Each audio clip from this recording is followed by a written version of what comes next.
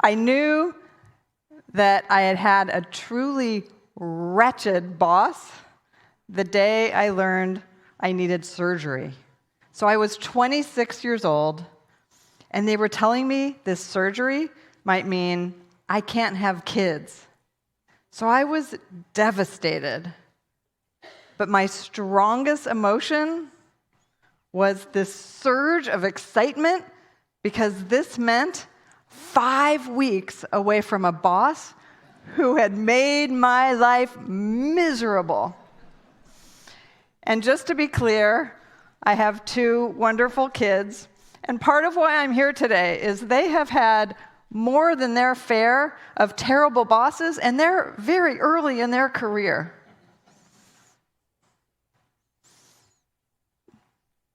Jamie and I run a company that's in the business of trying to crack this bad boss problem. And it's not easy. You want to know why? Okay, let's play a game. Show of hands.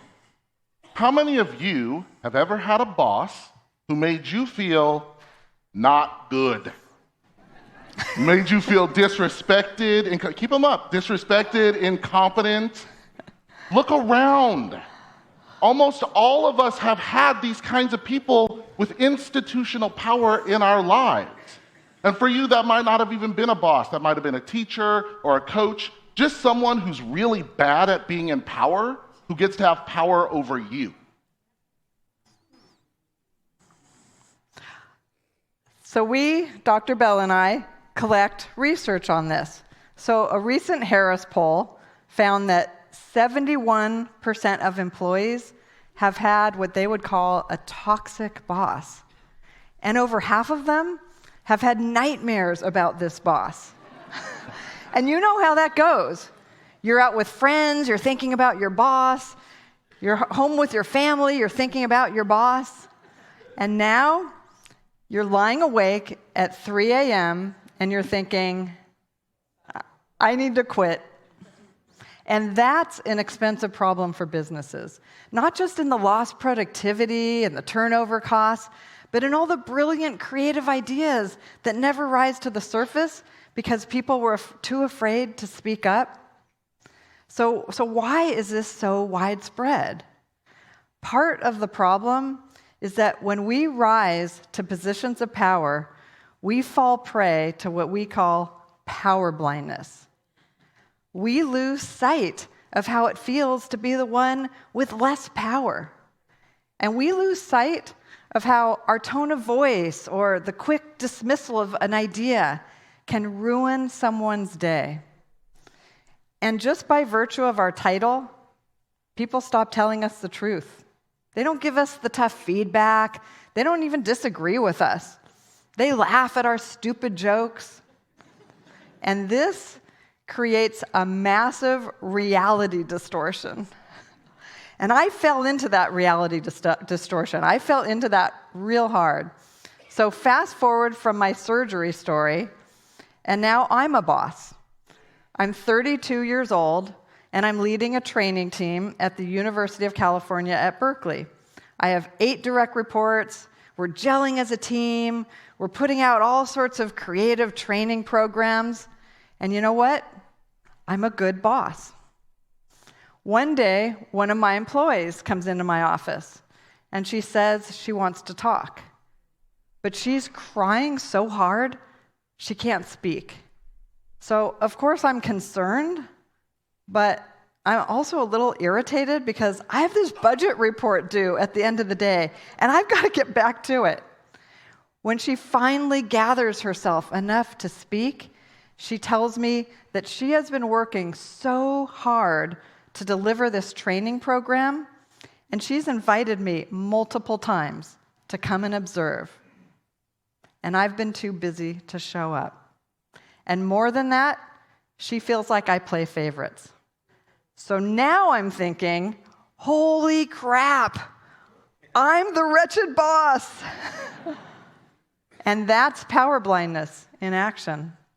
You want to talk about power blindness? Okay, let me tell you a story. I'm a storyteller. I'm also a professional consultant. I'm a professor. And I make people call me Dr. Bell. Now, that's not just ego. I have a reason.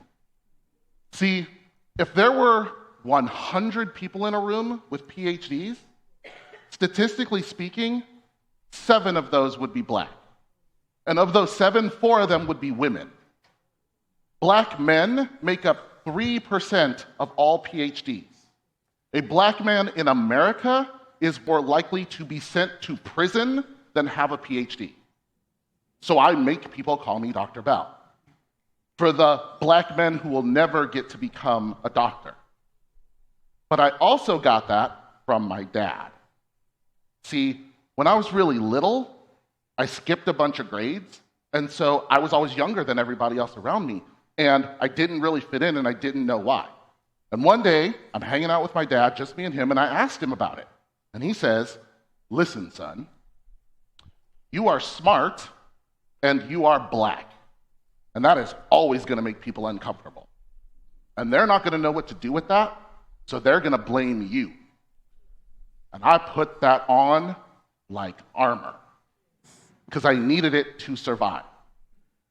And today, when people are afraid of the power that comes with that armor, well, then they call me intimidating or arrogant, just like my dad said they would.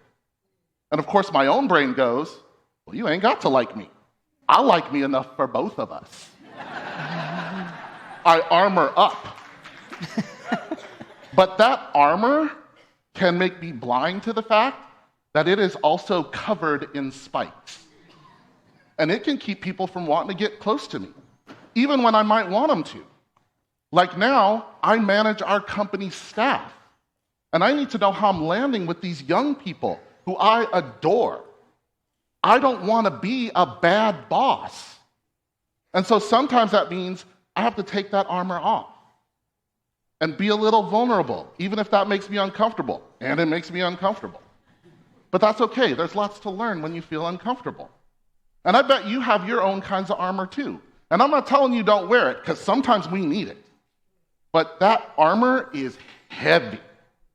And sometimes we have to be willing to take it off, especially if we want to really see and be seen by the people we're trying to lead.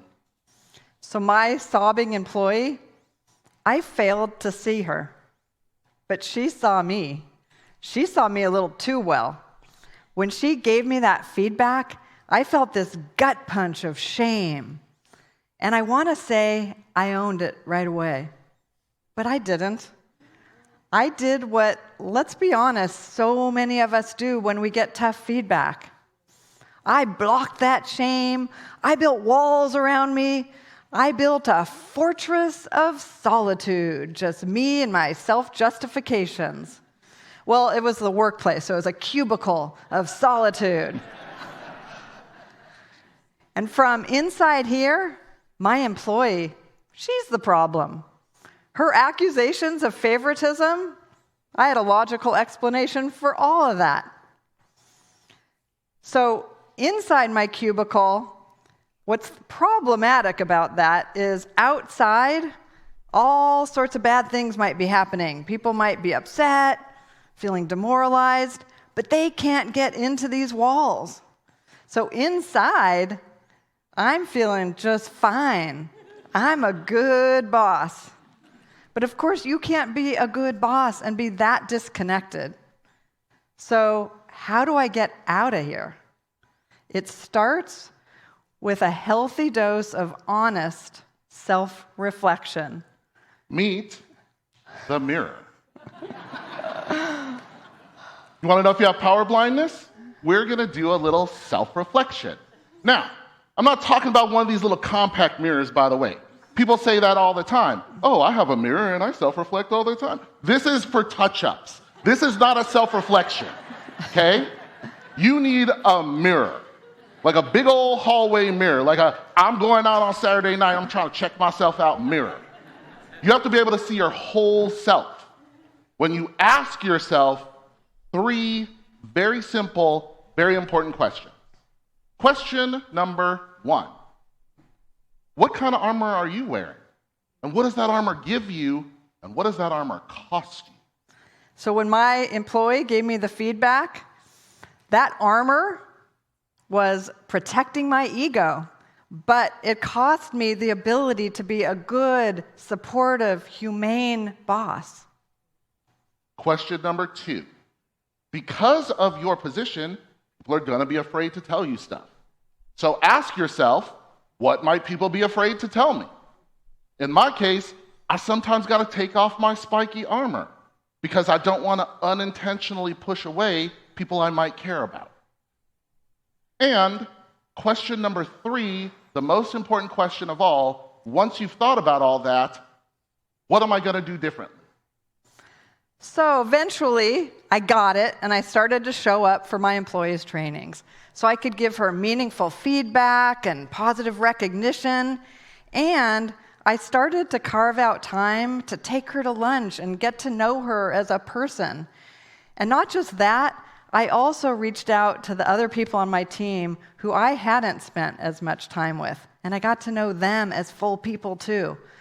And I'll tell you, that significantly deepened the trust, the ability for us to collaborate as an entire team. And that's how you learn. That's how you avoid becoming a bad boss. Being a leader means you have an ethical obligation to break that bad boss cycle and to see the advantages your power gives you.